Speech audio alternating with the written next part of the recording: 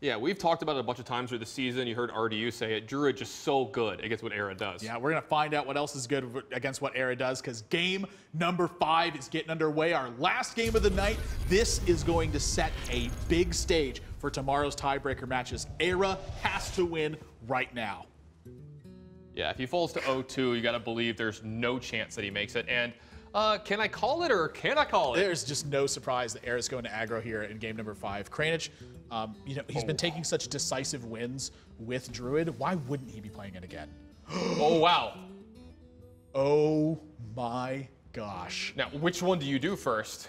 I don't think you do either of them. I think he's going to be looking for a bigger curve. Like, he doesn't have to commit anything to the board right now. Exactly, because he gets the hero power on turn 2, and then on turn 3, he gets to curve into possibly Druid of the Claw, and then have stuff behind that. Here's the big difference in this one, is that Kranich doesn't know exactly what kind of Paladin ErA is playing. If he knew he was playing aggro Paladin, I think that this turn 1 Druid of the Claw in taunt mode, totally fine choice. But now he even picks up a swipe. Jeez, this game. Kranich is taken aback by this. I mean, this is the dream draw. Well, yes and no. I mean, this draw is also very difficult to play. Right. He has to balance this perfectly. And so this is kind of like a blessing and a curse. Like, on one hand, his hand is very strong. Good thing.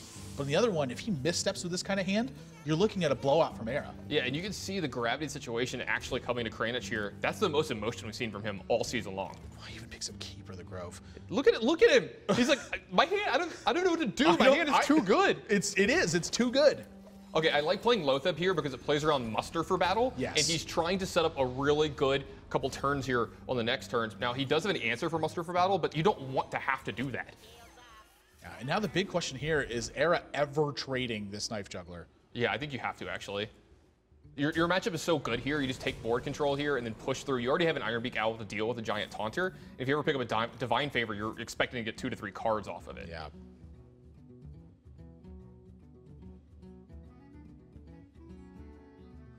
Also, you know, you're going into swipe turns, so. God, this is actually kind of a tough board state. If Kranich loses this game, he's going to go back and rewatch this 100 times to see all the different plays he can make.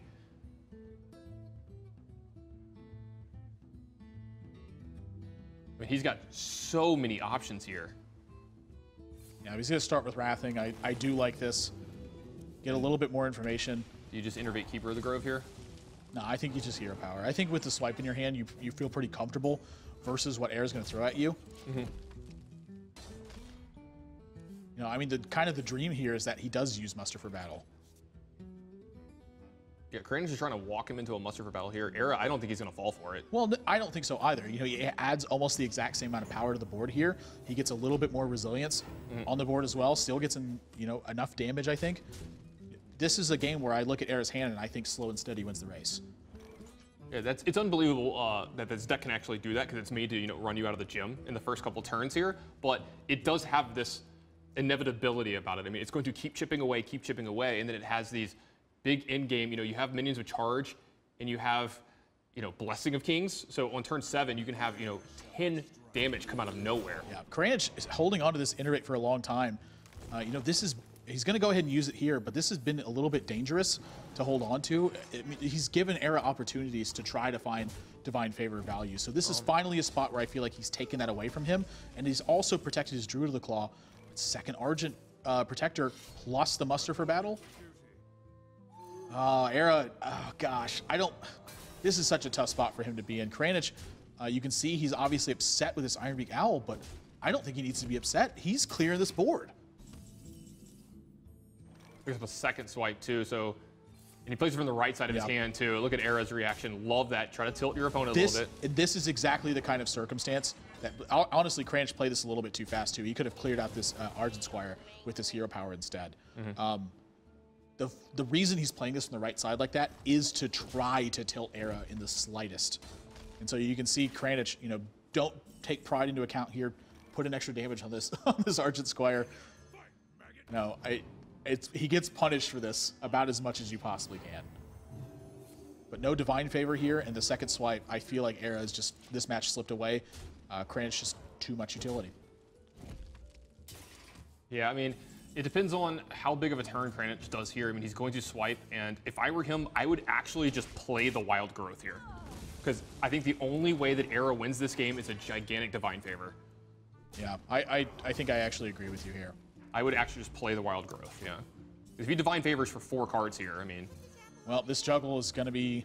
pretty big. It's important, but I just, with the Keeper of the Grove and the Druid of the Claw in hand, I just don't think he's recovering. Yeah, from ErA side of the board, you have to do what you have to do, Yeah. but you can see that he knows that his fate is kind of wrapped up here. Yeah, Keeper of the Grove going to take care of this Knife Juggler. Again, I think I would actually Wild Growth here again this turn. Yeah, I think so as well. Like cutting into potential cards from your opponent is like, that's so important at every single step of the way. The mana is not even important. You can just throw away the card. Doesn't need 10 mana next turn, just needs the card to not be in his hand.